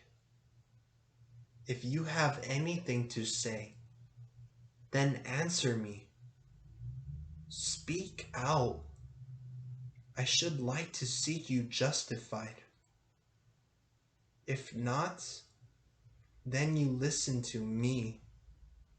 Be silent, and I will teach you wisdom. Chapter 34. Then Elihu answered and said, Hear my discourse, you that are wise, you that have knowledge, listen to me. For the ear tests words, as the palate tastes food. Let us choose what is right. Let us determine among ourselves what is good. For Job has said, I am innocent, but God has taken away what is my right. I declared the judgment on me to be a lie. My arrow wound is incurable, sinless though I am. What man is like Job? He drinks in blasphemies like water, keeps company with evildoers, and goes along with the wicked, when he says there is no profit in pleasing God. Therefore, you that have understanding, hear me. Far be it from God to do wickedness, far from the Almighty to do wrong. Rather, he requites mortals for their conduct, and brings home to them their way of life. Surely God cannot act wickedly. The Almighty cannot pervert justice. Who gave him charge over the earth, or who set all the world in its place? If he were to set his mind to it, gather to himself his spirit and breath, all flesh would perish together, and mortals return to dust. Now you, understand, hear this. Listen to the words I speak. Can an enemy of justice be in control? Will you condemn the supreme just one, who says to a king, you are worthless, and to nobles, you are wicked, who neither favors the person of princes, nor respects the rich more than the poor, for they are all the work of his hands. In a moment they die, even at midnight. People are shaken and pass away. The powerful are removed without lifting a hand. For his eyes are upon our ways, and all our steps he sees. There is no darkness so dense that evildoers can hide in it. For no one has God set a time to come before him in judgment. Without inquiry, she shatters the mighty and appoints others in their place. Thus he discerns their works. Overnight they are crushed. Where the wicked are, he strikes them, in a place where all can see, because they turn away from him and did not understand his ways at all, and made the cry of the poor reach him, so that he heard the cry of the afflicted. If he is silent, who then can condemn? If he hides his face, who then can behold him? Whether nation or individual, let an impious man not rule, nor those who ensnare their people. Should anyone say to God, I accept my punishment, I will offend no more. What I cannot see, teach me. If I have done wrong, I will do so no more. Would you then say that God must punish when you are disdainful? It is you who must choose, not I. Speak, therefore, what you know. Those who understand will say to me, all the wise who hear my views, Job speaks without knowledge. His words make no sense. Let Job be tested to the limit, since his answers are those of the impious. For he is adding rebellion to his sin by brushing off our arguments and addressing many words to God.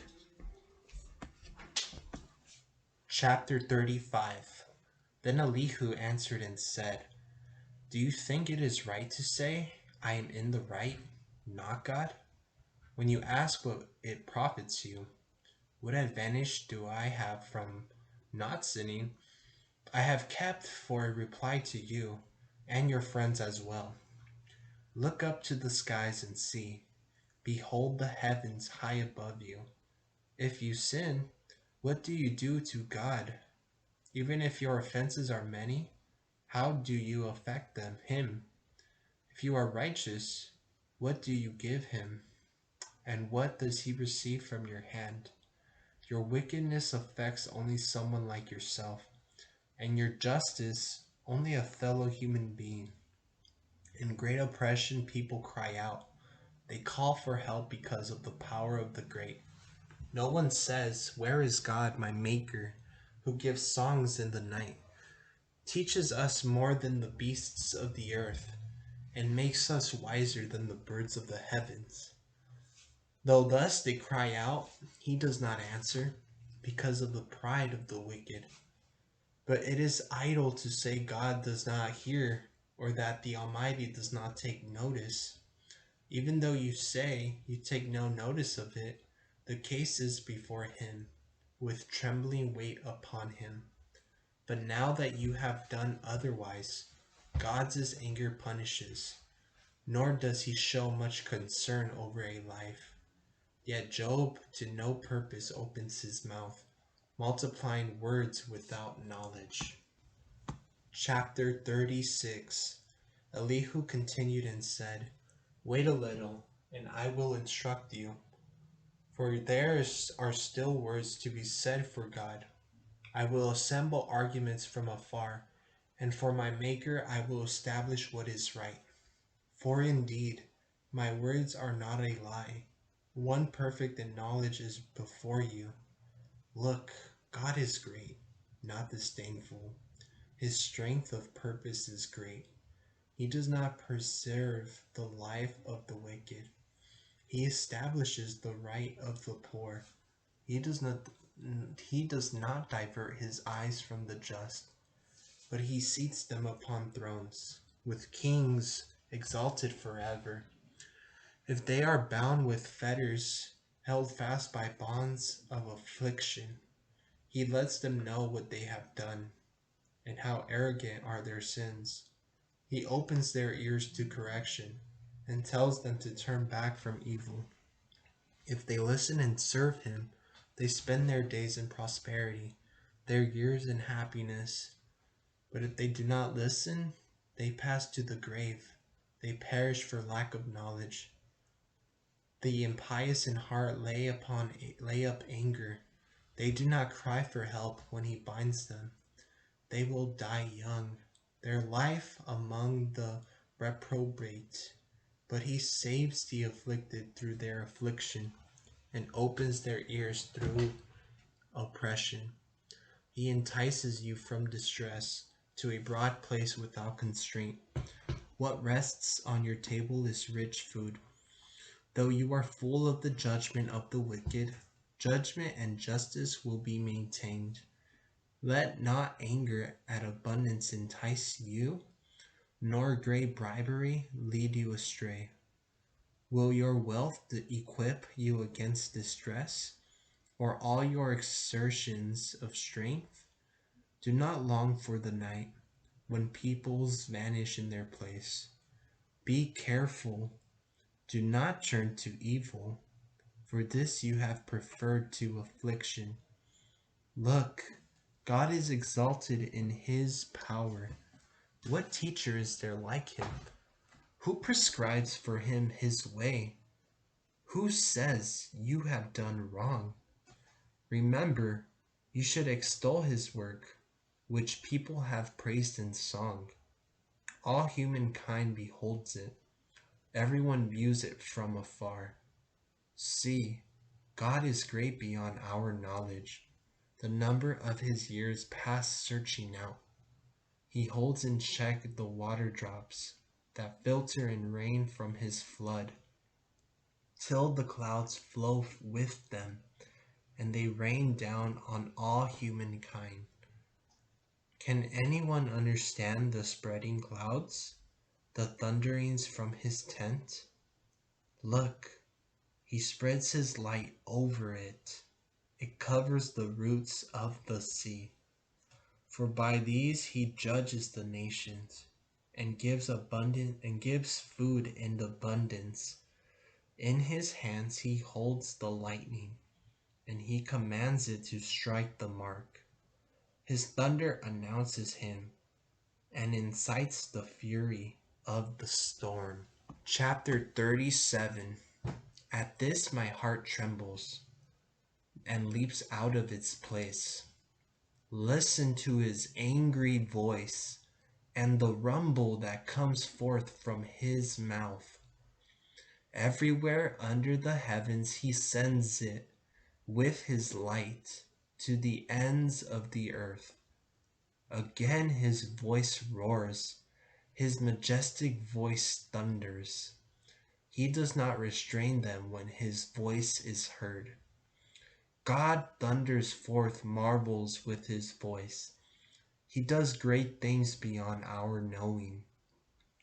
He says to the snow, fall to the earth, likewise to his heavy, drenching rain. He shuts up all humankind indoors, so that all people may know his work. The wild beasts take to cover and remain quiet in their dens. Out of its chamber the tempests come forth. From the north winds the cold. With his breath God brings the frost, and the broad waters congeal. The clouds too are laden with moisture.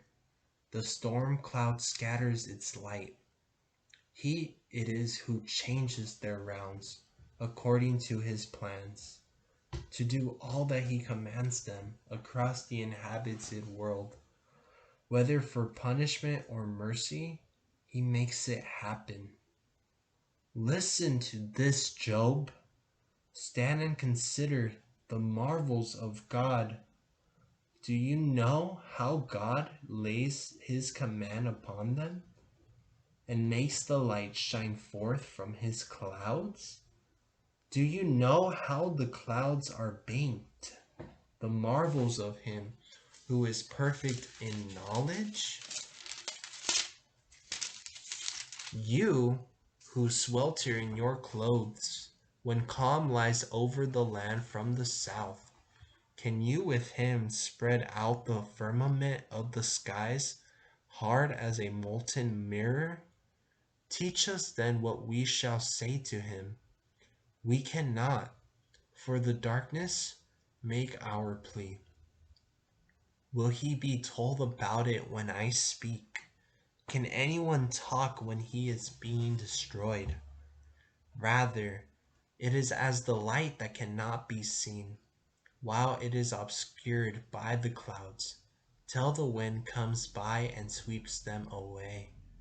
From Zaphon the golden splendor comes, surrounding God's awesome majesty. The Almighty, we cannot find him, preeminent in power and judgment, abundant in justice, who never oppresses.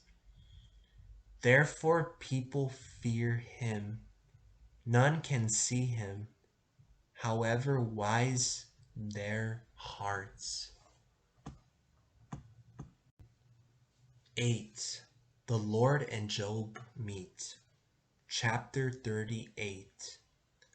Then the Lord answered Job out of the storm and said, Who is this who darkens counsel with words of ignorance? Gird up your loins now like a man. I will question you, and you tell me the answers. Where were you when I founded the earth? Tell me, if you have understanding. Who determined its size? Surely you know? Who stretched out the measuring line for it? Into what were its pedestals sunk? And who laid its cornerstone? While the morning stars sang together, and all the sons of God shouted for joy. Who shut within doors the sea, when it burst forth from the womb? When I made the clouds its garment, and thick darkness its swaddling bands? When I set limits for it, and fastened the bar of its door, and said, Thus far shall you come, but no farther, and here shall your proud waves stop? Have you ever in your lifetime commanded the morning, and shown the dawn its place, for taking hold of the ends of the earth, till the wicked are shaken from it? The earth is changed as clay by the seal, and dyed like a garment. But from the wicked their light is withheld, and the arm of pride is shattered. Have you entered into the sources of the sea, or walked about on the bottom of the deep? Have the gates of death been shown to you, or have you seen the gates of darkness? Have you comprehended the breadth of the earth? Tell me, if you know it all. What is the way to the dwelling of light? And darkness, where is its place? That you may take it to its territory and know the paths to its home? You know, because you were born then, and the number of your days is great. Have you entered the storehouses of the snow, and seen the storehouses of the hail, which I have reserved for times of distress, for a day of war and battle? What is the way to the parting of the winds, where the east wind spreads over the earth? Who has laid out a channel for the downpour, and a path for the thunderstorm, to bring rain to uninhabited land, the unpeopled wilderness, to drench the desolate wasteland, till the desert blooms with verdure? Has the rain a father, who has begotten the drops of dew? Out of whose womb comes the ice, and who gives the hoarfrost its birth in the skies? when the waters lie covered as though with stone that holds captive the surface of the deep? Have you tied cords to the Pleiades, or loosened the bonds of Orion? Can you bring forth the Mazzaroth in their season, or guide the bear with her children? Do you know the ordinances of the heavens? Can you put into effect their plan on the earth? Can you raise your voice to the clouds for them to cover you with the deluge of waters? Can you send forth the lightnings on their way, so that they say to you, "Here we are"? Who gives wisdom to the ibis and gives the rooster understanding? Who counts the clouds with wisdom? Who tilts the water jars of heaven, so that the dust of earth is fused into a mass, and its clods stick together? Do you hunt the prey for the lion, or appease the hunger of young lions, while they crouch in their dens, or lie in ambush in the thicket? Who provides nourishment for the raven when its young cry out to God, wandering about without food? Chapter 39. Do you know when mountain goats are born, or watch for the birth pangs of deer? Number the months that they must fulfill, or know when they give birth. When the couch down when they crouch down and drop their young, when they deliver their progeny, their offspring thrive and grow in the open. They leave and do not return. Who has given the wild donkey his freedom, and who has loosed the wild ass from bonds? I have made the wilderness his home, and the salt flats his dwelling. He scoffs at the uproar of the city, hears no shouts of a driver. He ranges the mountains for pasture, and seeks out every patch of green. Will the wild ox consent to serve you, or pass the nights at your manger? Will you bind the wild ox with a rope in the furrow, and will he plow the valleys after you? Will you depend on him for his great strength, and leave to him the fruits of your toil? Can you rely on him to bring in your grain, and gather in the yield of your threshing floor? The wings of the ostrich flap away, her plumage is lacking in feathers. When she abandons her eggs on the ground, and lets them warm in the sand, she forgets that a foot may crush them, that the wild beasts may trample them. She cruelly disowns her young, and her labor is useless. She has no fear, for God has withheld wisdom from her, and given her no share in understanding. Yet when she spreads her wings high, she laughs at a horse and rider. Do you give the horse his strength, and clothe his neck with a mane? Do you make him quiver like a locust, while his thunderous snorting spreads terror? He paws the valley, he rejoices in his strength, and charges into battle. He laughs at fear and cannot be terrified. He does not retreat from the sword. Around him rattles the quiver, flashes the spear and the javelin. Frenzied and trembling, he devours the ground. He does not hold back at the sound of the trumpet. At the trumpet's call he cries, "Aha!" Even from afar he scents the battle, the roar of the officers and the shouting. Is it by your understanding that the hawk soars, that he spreads his wings toward the south? Does the eagle fly up at your command, to build his nest up high?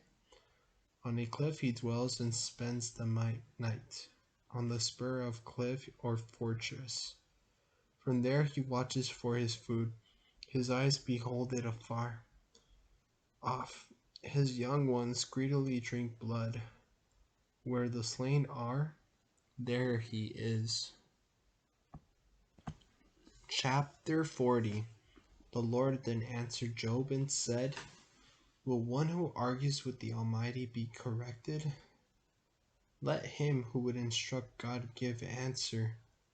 Then Job answered the Lord and said, look, I am of little account. What can I answer you?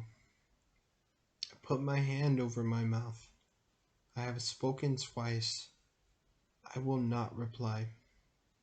Twice. Once. But I will do so no more. Then the Lord answered Job out of the storm and said, gird up your loins now like a man. I will question you, and you tell me the answers. Would you refuse to acknowledge my right?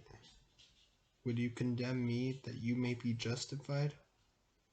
Have you an arm like that of God? Or can you thunder with a voice like his? Adorn yourself with grandeur and majesty, and clothe yourself with glory and splendor. Let loose the fury of your wrath. Look at everyone who is proud and bring them down. Look at everyone who is proud and humble them. Tear down the wicked in their place. Bury them in the dust together. In the hidden world, imprison them. Then will I too praise you. For your own right hand can save you. Look at Behemoth, whom I made along with you, who feeds on grass like an ox. See the strength in his loins, the power in the sinews of his belly. He carries his tail like a setter. The sinews of his thighs are like cables. His bones are like tubes of bronze. His limbs are like iron rods. He is the first of God's ways. Only his maker can approach him with a sword. For the mountains bring him produce, and all wild animals make sport there. Under lotus trees he lies, in coverts of the reedy swamp. The lotus trees cover him with their shade. All about him are the poplars in the wadi. If the river grows violent, he is not disturbed. He is tranquil, though the Jordan surges about his mouth. Who can capture him by his eyes, or pierce his nose with a trap? Can you lead Leviathan about with a hook, or tie down his tongue with a rope? Can you put a ring around into his nose, or pierce through his cheek with a gaff? Will he then plead with you, time after time, or address you with tender words? Will he make a covenant with you, that you may have him as a slave forever? Can you play with him as with a bird? Can you tie him up for your little girls? Will the traders bargain for him? Will the merchants divide him up? Can you fill his hide with barbs, or his head with fish spears? Once you but lay a hand upon him, no need to recall any other conflict. Chapter 41. Whoever might vainly hope to do so, need only see him to be overthrown. No one is fierce enough to arouse him. Who then dares stand before me? Whoever has assailed me, I will pay back. Everything under the heavens is mine. I need hardly mention his limbs, his strength, and the fitness of his equipment. Who can strip off his outer garment, or penetrate his double armor? Who can force open the doors of his face, close to his terrible teeth? Rows of scales are on his back, tightly sealed together. They are fitted so close to each other that no air can come between them. So join to one another, that they hold fast and cannot be parted. When he sneezes, light flashes forth. His eyes are like the eyelids of the dawn. Out of his mouth go forth torches. Sparks of fire leap forth. From his nostrils comes smoke, as from a seething pot or bowl. His breath sets coals of fire. A flame comes from his mouth. Strength abides in his neck, and power leaps before him. The folds of his flesh stick together. It is cast over him and immovable. His heart is cast as hard as stone, cast as the lower millstone. When he rises up, the gods are afraid. When he crashes down, they fall back. Should a sword reach him, it will not avail, nor will spear, dart, or javelin. He regards iron as chaff, and bronze as rotten wood. No arrow will put him to flight. Sling stones used against him are but straw. Clubs he regards as straw. He laughs at the crash of the spear. Under him are sharp pottery fragments, spreading a threshing sledge upon the mire. He makes the depths boil like a pot. He makes the sea like a perfume bottle. Behind him he leaves a shining path. You would think the deep had white hair. Upon the earth there is none like him. He was made fearless. He looks over all who are haughty. He is king over all proud beasts. Chapter 42. Then Job answered the Lord and said, I know that you can do all things, and that no purpose of yours can be hindered. Who is this who obscures counsel with ignorance? I have spoken, but did not understand, things too marvelous for me, which I did not know. Listen, and I will speak. I will question you, and you tell me the answers. By hearsay I had heard of you, but now my eye has seen you. Therefore I disown what I have said, and repent in dust and ashes. 11. Epilogue. Job's restoration. And after the Lord had spoken these words to Job, the Lord said to Eliphas the Temanite, My anger blazes against you and your two friends. You have not spoken rightly concerning me, as has my servant Job. So now take 7 bulls and 7 rams, and go to my servant Job, and sacrifice a burnt offering for yourselves, and let my servant Job pray for you. To him I will show favor, and not punish your folly, for you have not spoken rightly concerning me, as has my servant Job.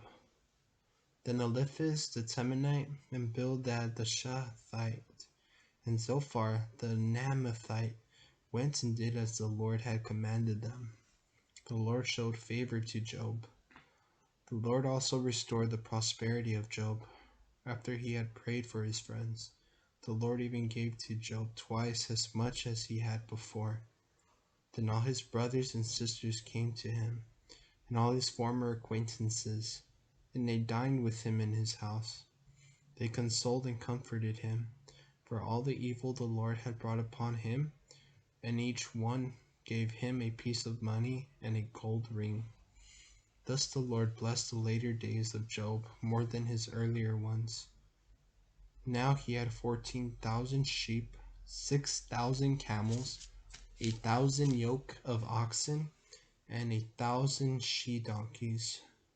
He also had 7 sons and 3 daughters. The first daughter he called Jemima, the second Keziah, and the third Keren-Hapuk. In all the land, no other women were as beautiful as the daughters of Job, and their father gave them an inheritance among their brothers. After this, Job lived 140 years, and he saw his children, his grandchildren, and even his great-grandchildren. Then Job died, old and full of years.